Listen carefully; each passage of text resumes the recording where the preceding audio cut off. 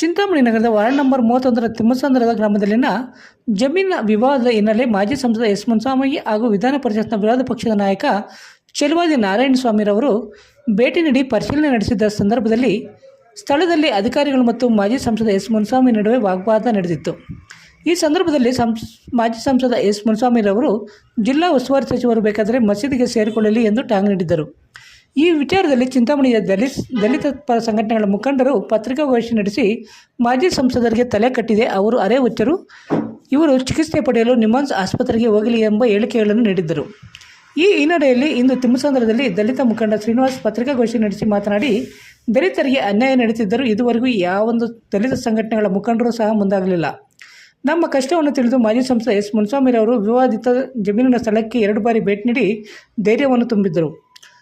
ಆದರೆ ಇವರ ಬಗ್ಗೆ ಕೀಳಾಗಿ ಮಾತನಾಡುವ ದಲಿತ ಪರ ಸಂಘಟನೆಗಳ ಮುಖಂಡರೇ ಅರೆ ಹುಚ್ಚರು.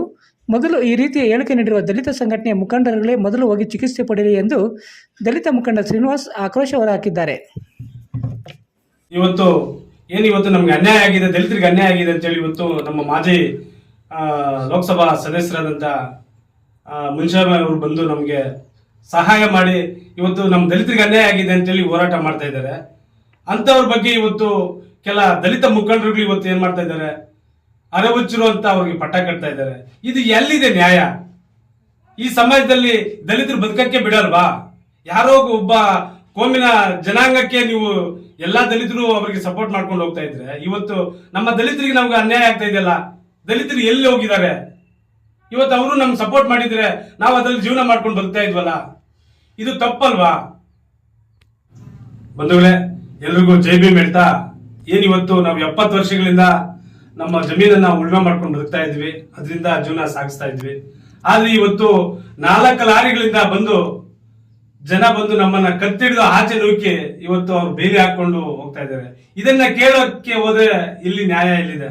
ಇವತ್ತು ಕೆಲ ಮುಖಂಡರು ಇವತ್ತು ನಮ್ಮನ್ನ ಸಹಾಯಕ್ಕೆ ಬಂದು, ನಮ್ಮ ಯಾರೋ ಒಬ್ಬ ಲೀಡರ್ ಬಂದ್ರು, ನಮ್ಮ ಸಹಾಯಕ್ಕೆ ನಿಂತ್ಕೊಂಡಾಗ ಅವ್ರಿಗೆ ಅವರು ಹರಿಹುಚ್ಚರು ಅಂತ ಹೇಳ್ತಾ ಇದ್ದಾರೆ.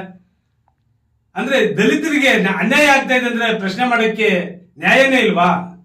ಡಾಕ್ಟರ್ ಬಿ ಆರ್ ಅಂಬೇಡ್ಕರ್ ಕೊಟ್ಟಿರ್ತಕ್ಕಂಥ ಸಮಾನತೆಯ ಸಮಾಜದಲ್ಲಿ ನಾವು ಬದುಕ್ತಾ ಇದೀವಿ.